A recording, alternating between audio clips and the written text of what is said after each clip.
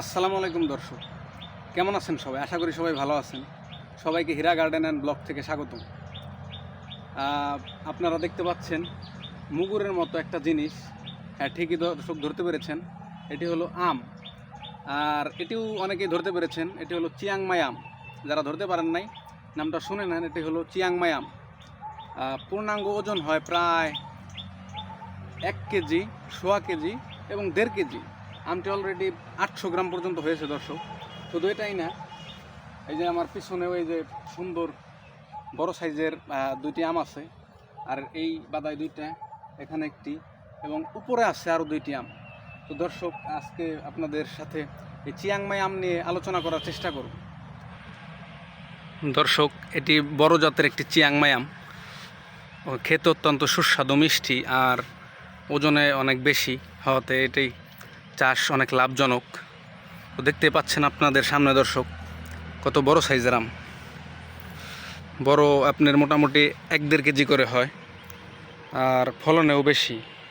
এক একটা বাদায় 2টা, 3টা, 4টা করে আম হয়।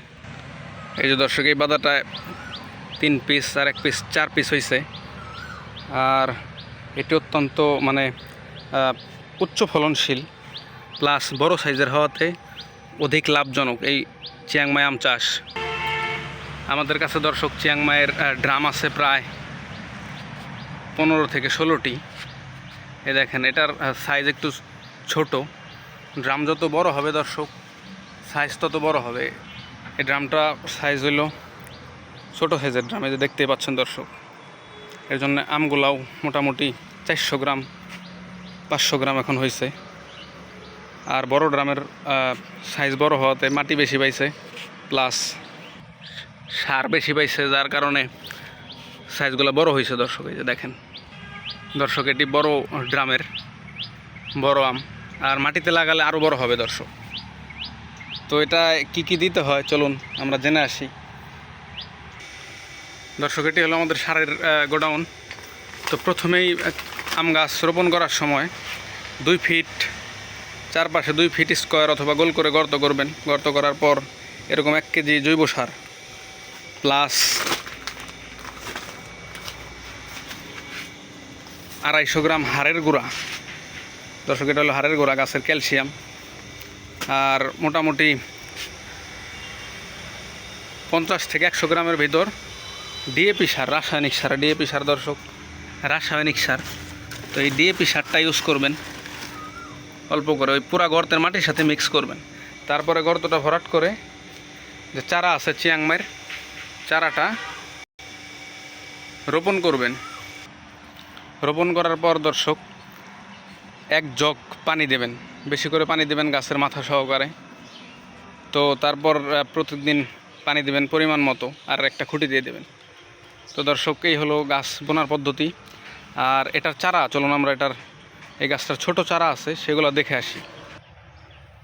চিয়াংমাই দর্শক উচ্চ ফলনশীল হওয়াতে এগুলোর চারা গাছেও ফল আসে দর্শক। এই যে দেখেন, এটা হলো চিয়াংমাইয়ের চারা গাছ। এই যে এগুলো চিয়াংমাইয়ের চারা গাছ।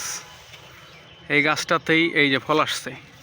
তো একটি না দর্শক, ফল আসছে 3টি। ওই যে 2টি, এই যে 1টি, আর এই যেখানে চারা গাছ আছে।